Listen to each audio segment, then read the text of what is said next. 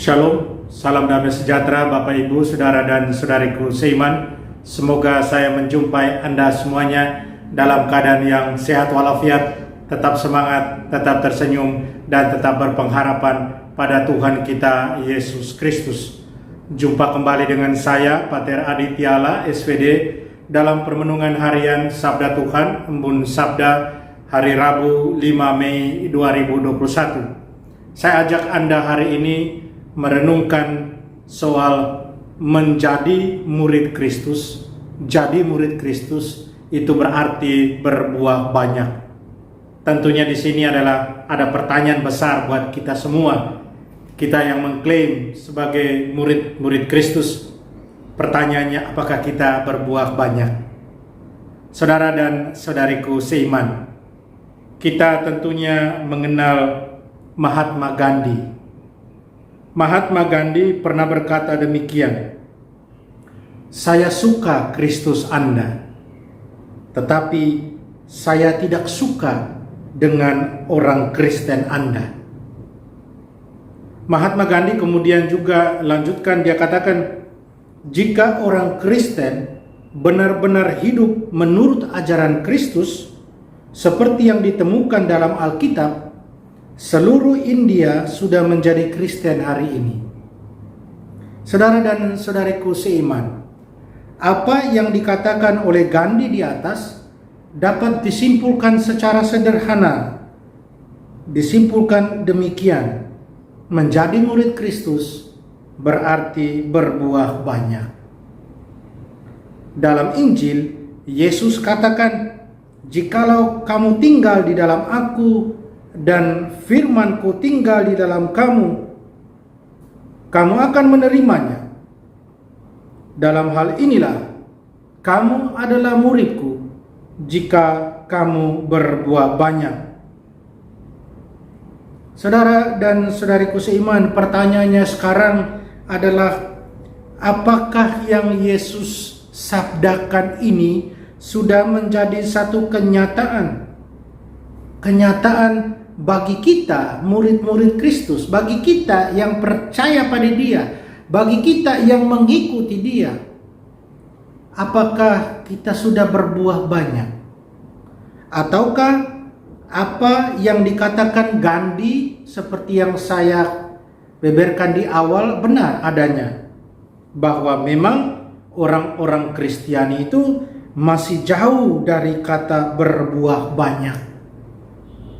Kita mungkin masih berbuah sedikit, atau bahkan belum berbuah sama sekali. Satu pertanyaan buat kita masing-masing, kita yang mengikuti Kristus ini, kita yang percaya pada Kristus ini. Saudara dan saudariku, terus mengapa atau kenapa kita berbuah sedikit? Kenapa kita belum berbuah sebagai murid Kristus?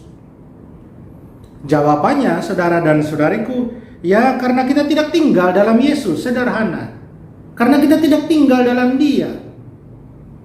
Kita hanya mungkin tinggal dalam diri kita sendiri, dalam kehidupan kita sendiri. Walaupun kita mengakui kita pengikut Kristus, kita murid Kristus, kita tidak tinggal dalam Tuhan. Kita tidak hidup sebagai carang-carangnya. Kita tidak hidup sebagai carang-carang dari sang pokok anggur yang adalah Yesus sendiri.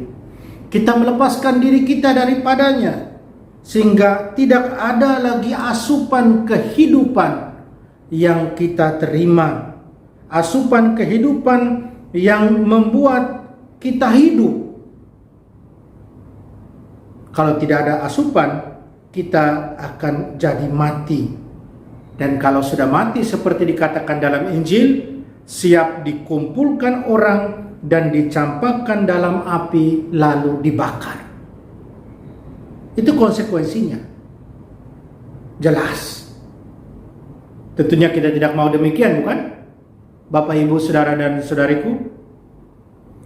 Yesus dalam Injil katakan kepada kita, dan bahkan hemat saya bernada meminta pada setiap yang percaya pada Dia, barang siapa tinggal dalam Aku dan Aku dalam Dia, ia berbuah banyak.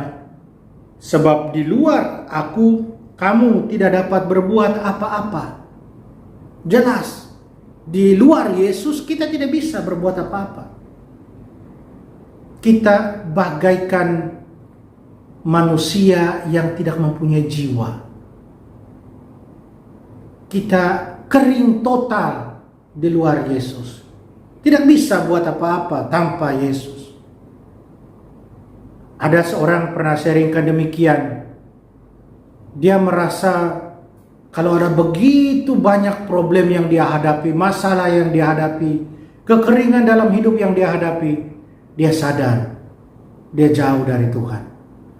Dia melupakan Tuhan yang adalah pokok kehidupan, imannya, yang menganugerahkan iman kepada dia. Ya, itu benar. Kita jauh, kita terpisah dari Kristus, tidak bisa apa. Saudara dan saudariku seiman, terus bagaimana caranya kita tinggal dalam Yesus? Bagaimana supaya kita sungguh bersatu dengan Yesus?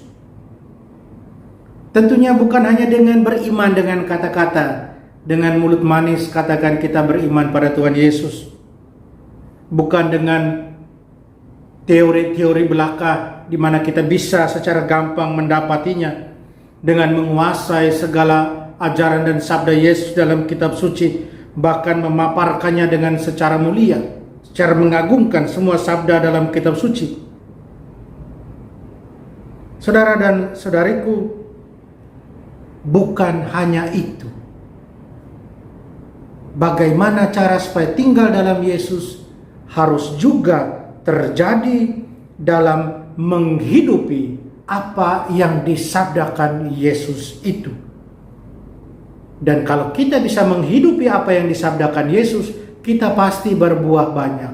Saya yakin dan percaya itu. Dan saya percaya Anda semua juga meyakini hal itu.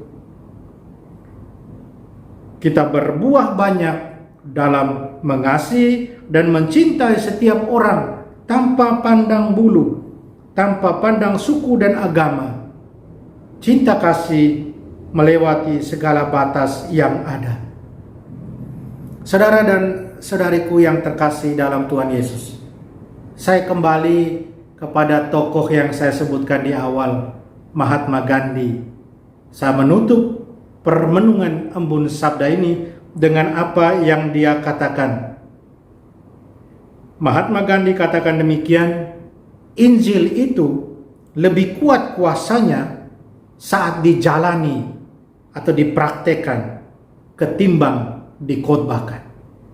Luar biasa. Ya, Gandhi benar. Injil itu menjadi lebih kuat kuasanya saat dia hidup, saat dijalani, saat Injil itu sungguh menjadi nyata hidup dalam kehidupan setiap orang yang percaya pada Tuhan.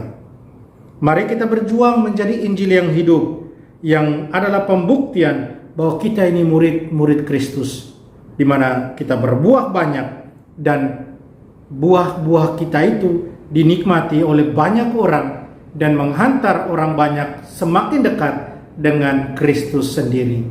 Sekali lagi saudara dan saudariku, Injil menjadi lebih hidup kalau dipraktikkan ketimbang dikhotbahkan. Mari kita buktikan dalam hidup kita setiap hari.